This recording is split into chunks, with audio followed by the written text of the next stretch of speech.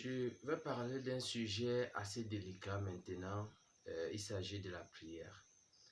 La prière, telle que nous la connaissons, c'est un acte spirituel. Nous nous adressons directement à notre Père, à notre Dieu. Mais qui est notre Dieu? Est-ce que nous avons déjà pris la peine de connaître qui est vraiment notre Dieu? Qui est le Dieu à qui nous adressons nos prières? Puisqu'il y a plusieurs dieux, il n'y a pas de faux dieux. Il n'y a que des mauvais dieux et le bon Dieu.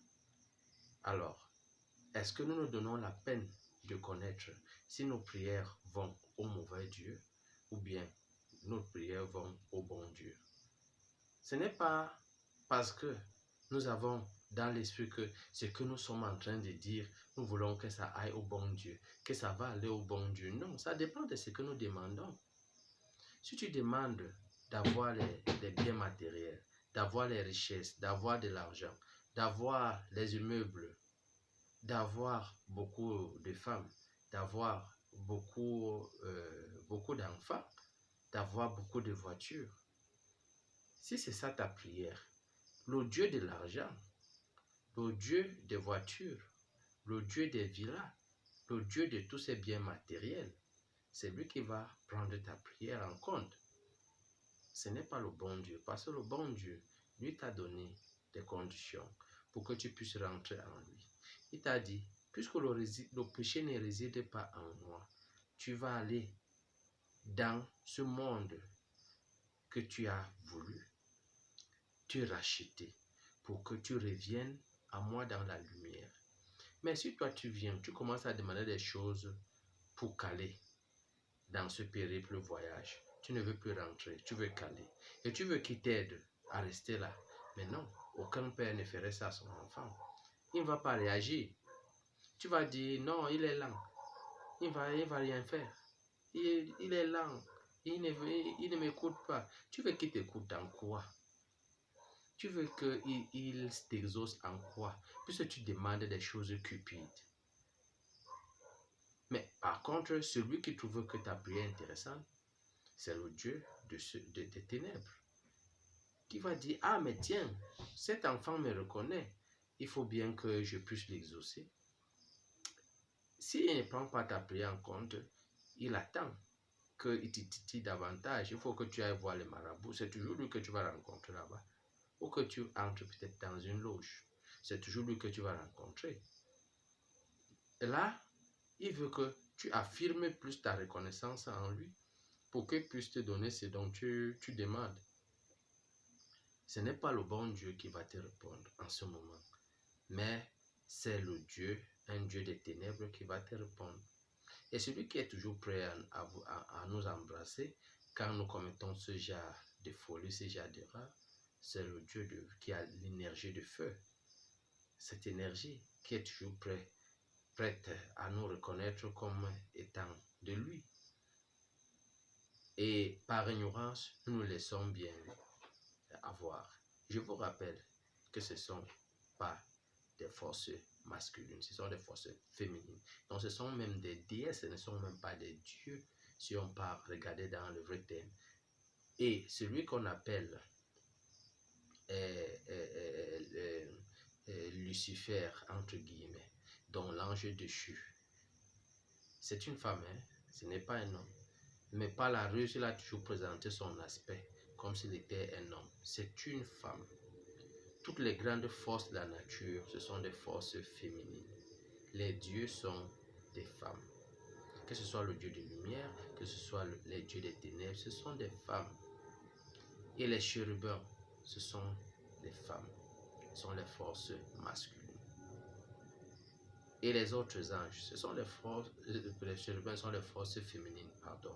Les autres anges, ce sont les forces masculines.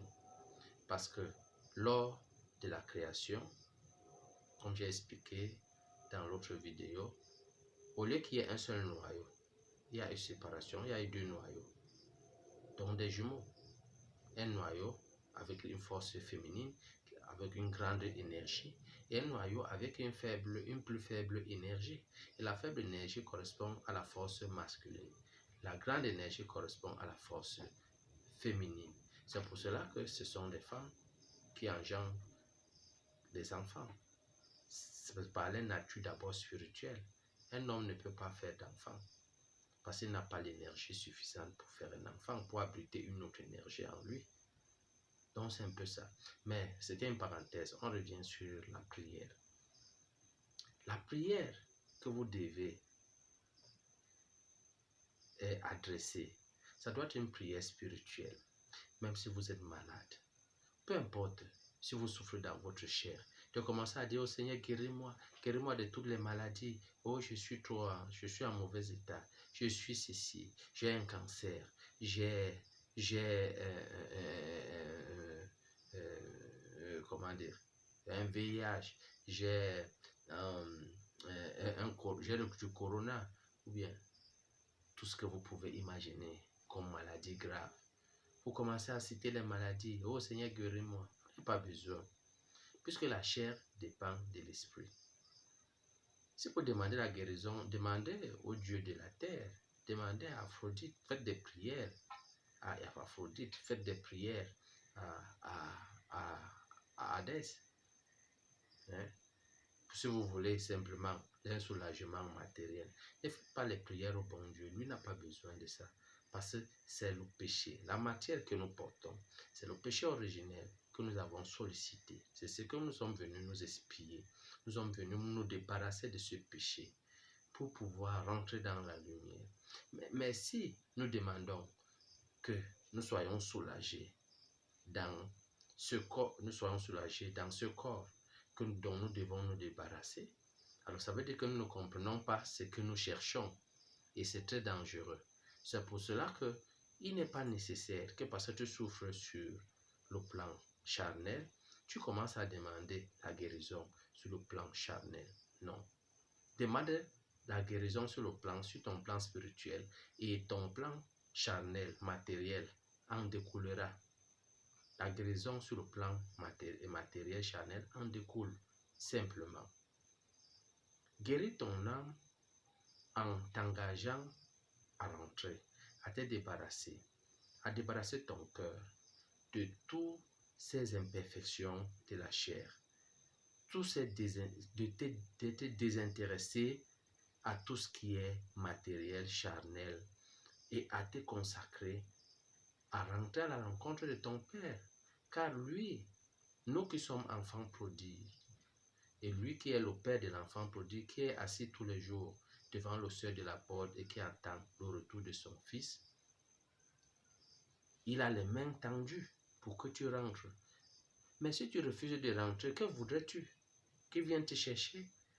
Là, dans la perdition où tu te trouves? Non. Il t'a donné tous les moyens, tous les outils. Il sait que tu as l'énergie nécessaire, le pouvoir pour pouvoir rentrer. Et si nous ne rentrons pas, nous n'avons qu'une seule solution. Nous deviendrons les démons. Comme les autres qui attendent directement rejoindre leur monde. Ils sont là avec nous, mais nous serons comme eux. Il n'y a que deux possibilités. Si l'âme ne rentre pas ange, il sera démon. Pour que nous soyons bien sûrs là-dessus.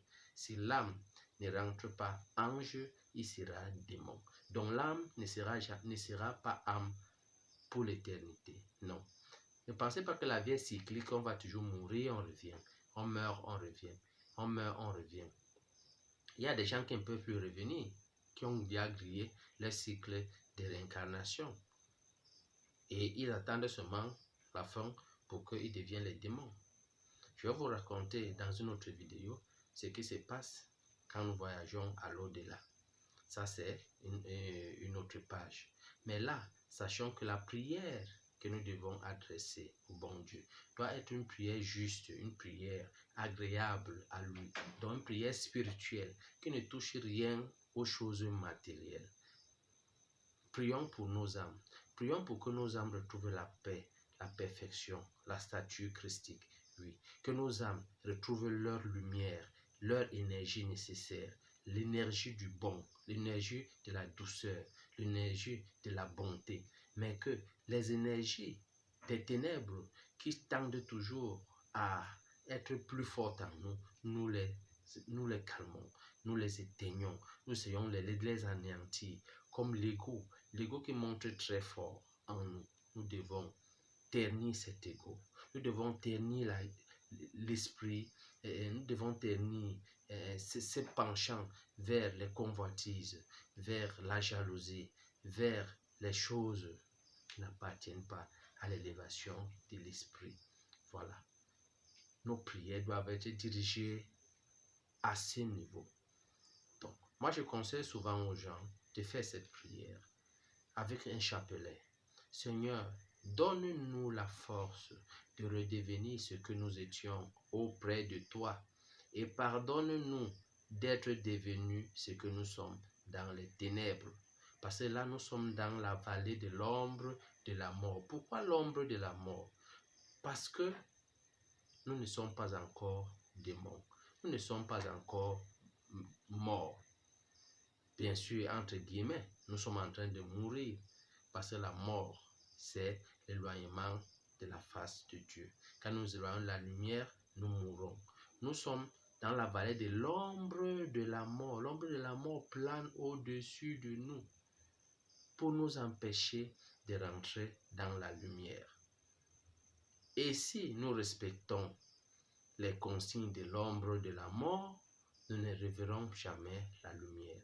Puisque les démons, nos frères de guerre, avec qui nous avons combattu, et puis nos mères qui sont dans les ténèbres, ont juré que nous qui sommes dans ce cycle de rédemption, nous n'allons plus jamais revoir la lumière parce qu'ils vont lutter jusqu'à la dernière énergie pour que nous restons dans les ténèbres et que nous aussi nous devenions démons. Donc c'est une bataille individuelle. Chacun doit s'engager. Ça n'a rien à voir avec vos églises. Ça n'a rien à voir avec vos croyances. Non. Ça, c'est votre spiritualité. Voilà la clé qui peut vous ramener vers votre Père. Si vous voulez rentrer dans la lumière, mais si vous vous plaisez dans les ténèbres, ne prenez jamais cet engagement. Restez dans les ténèbres. Réjouissez-vous des biens de la terre. Allez chez les marabouts. Faites des pactes. Faites tout ce que vous voulez. Allez chez les sorciers. Prenez des engagements. Faites tout ce que vous voulez. Parce que c'est le monde des ténèbres. Personne ne vous en voudra. Parce que ce salut, c'est chacun ici à son front. C'est individuel. C'est pour vous-même. Votre femme, c'est pour elle. Vos enfants, chacun à son front. Si vous croyez que parce que vous vous perdez, vous allez perdre tous les gens autour de vous, vous êtes très malhonnête. Laissez chacun le choix de choisir sa route. Et quand vous faites vos prières, enseignez à vos enfants à faire des prières spirituelles pour que demain, chacun choisisse sa voie.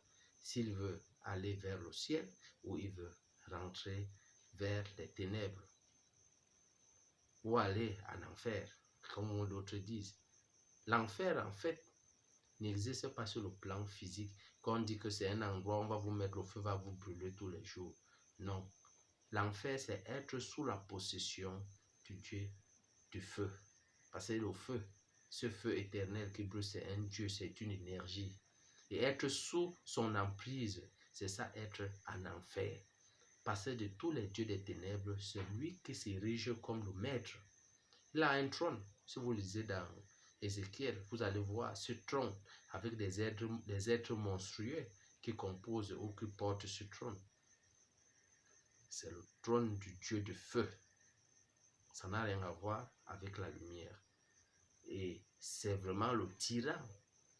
C'est la mère la plus méchante, la plus dangereuse que nous n'ayons jamais eue, qui traite ses enfants comme des esclaves. Donc, faites très attention. Priez, mais faites des bonnes prières. Si vous prenez l'exemple du Christ, le Christ, lisez dans la Bible, n'avait jamais fait une prière pour se soulager d'un mal. Toutes ces prières étaient pour son départ, pour sa vie spirituelle, pour le rapprochement avec celui qui l'a envoyé. Le Christ n'est pas le Dieu de lumière. C'est un ange qui a accepté de venir nous donner la clé de la mission. Pas venir, c'est pas que sa mort nous a sauvés sur la croix ou bien son sang nous a lavé, non. Il nous apporte le message que nous ne sommes pas des hommes de chair, nous sommes des fils de Dieu, il est notre frère et que nous devons faire des efforts pour rentrer au ciel où nous avons des places. S'il n'y avait pas assez de places, il nous aurait dit, mais chacun a laissé sa place et nous devons aller récupérer ces places. Alors, je vous dis bonsoir et ciao.